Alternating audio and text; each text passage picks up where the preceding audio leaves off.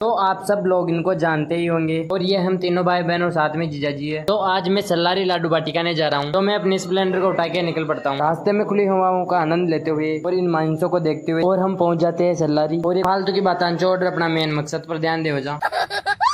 यहाँ पर बहुत ज्यादा बारिश हो जाती है और कीचड़ की वजह से इन जानवरों को बहुत सारे मच्छर मक्खियाँ काट रहे थे। फिर मैं सोचता हूँ क्यों ना इस मच्छर मरने की दवाई को इनके ऊपर छिड़क देता हूँ ताकि ये आराम से बैठ सके। फिर मैं इनके ऊपर दवाई छिड़कने लग जाता हूँ और ये छोटी बच्ची तो मच्छरों के कारण बहुत ही ज्यादा परेशान हो रही। तो मैं इसके ऊपर और चारों तरफ बहुत अच्छे से दवाई छिड़क देता हूँ और एक एक कर सबके ऊपर मैं दवाई छिड़क देता हूँ। गाड़ी की चाबी लेकर, हमारी गाड़ी बाहर खड़ी हुई थी उसको अंदर रखना था। फिर बिना देरी के मैं फटाफट से अपनी गाड़ी को अंदर रख देता हूँ। तक के लिए लाइक फॉलो कर लाउडा उसे लेकर आ जाता हूँ मैं बाहर, क्योंकि इस पौधे के बाहर बहुत सारी घास और कचरा हो रखा था। फिर मैं एक एक करके इन कांटों की जड़ों को हटा देता हूँ। फिर पावड़ा लेता हूँ और इस पौधे के चारों ओर ये घास उग रही है जिसको मैं बारी बारी से हटा देता हूँ। फिर मैं नीचे वाली डालियों को रस्सी की सहायता से बांध देता हूँ और हटाई हुई घास को एक जगह इकट्ठा कर देता हूँ। और इस नीम के चारों तरफ सफाई करने पर यह नीम का पौधा पहले से बहुत ज्यादा अच्छा लग रहा था। तब तक लेकर आऊंगा चारा, लेकिन आज इस हवाई जहाज में लेकर आएंगे।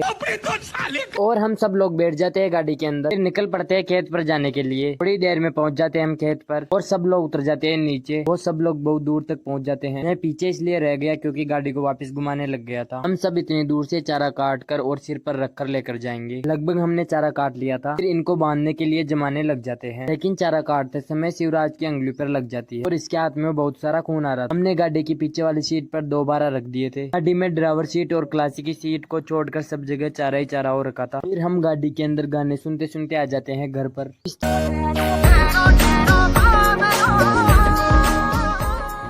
हवाओं का आनंद लेते हैं। पैदल यात्री और डीजे वाले को देखते हुए बड़ी मम्मी और शिवराज भी जा रहे हैं हमारे साथ। और आज पैदल यात्रियों की संख्या इतनी थी कि हाईवे पर भी पैदल यात्रियों की लाइन लगी हुई थी। थोड़ी देर में हम पहुंच जाते हैं। सबसे पहले तो हम यहाँ से एक नारियल और प्रसाद ले लेते हैं और फिर हम जाते हैं दर्शन करने के लिए। और बहुत सारे लोग तो दर्शन कर कर वापस जाने लग गए थे। फिर फोड़ता हूँ मैं नारियल और जाता हूँ तेजा जी के दर्शन करने के लिए। और फाइनली मैं तेजा जी के दर्शन कर लेता हूँ। यहाँ पर इतनी भीड़ थी कि हमें दर्शन करने में बहुत टाइम लग गया। और यहाँ पर जो भी आदमी आता है धूप मटड़ी लेकर आता है, जिसके कारण पूरे चौक में गेहूं हो गए। और यहाँ पर साथ ही दूसरे मंदिरों में भी दर्शन कर लेते हैं। फिर हम तिलक निकलवाते हैं और यहाँ पर यात्रियों की बहुत सारी झंडियां हो गई थी। और जो भी यात्री आता है इस तालाब में हाथ पैर धोए बिना नहीं जाता है। फिर बिना देरी किए हुए बहती गंगा में हाथ पैर धो लेता हूँ। और यहाँ पर भीड़ तो धीरे धीरे बढ़ती ही जा रही थी। और जो एक खेजड़ी है इस पर आज के दिन सांप दिखाई देता है। पार्ट हमने सोचा नहीं था कि हम ऐसी चीजें भी खरीदेंगे, लेकिन आप ये सोच रहे हो वो चीज ये नहीं है। अभी बता है भाई। सबसे पहले मम्मी इनके मेकअप के सामान खरीदती है। हाँ ये कर लो पहले।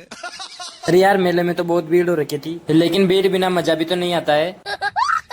फिर हमारे बाण जी के लिए एक आइसक्रीम ले लेते हैं। फिर लेते हैं एक चिमटा। फिर ले लेते हैं आगरा का पेटा। फिर एक लोहा का तवा ले लेते हैं। फिर थोड़ी बहुत मूंगफली ले लेते हैं। फिर मैं घर पे जाने के लिए बाइक निकालता हूँ। जाने से पहले सिनेमैटिक्स देख लो।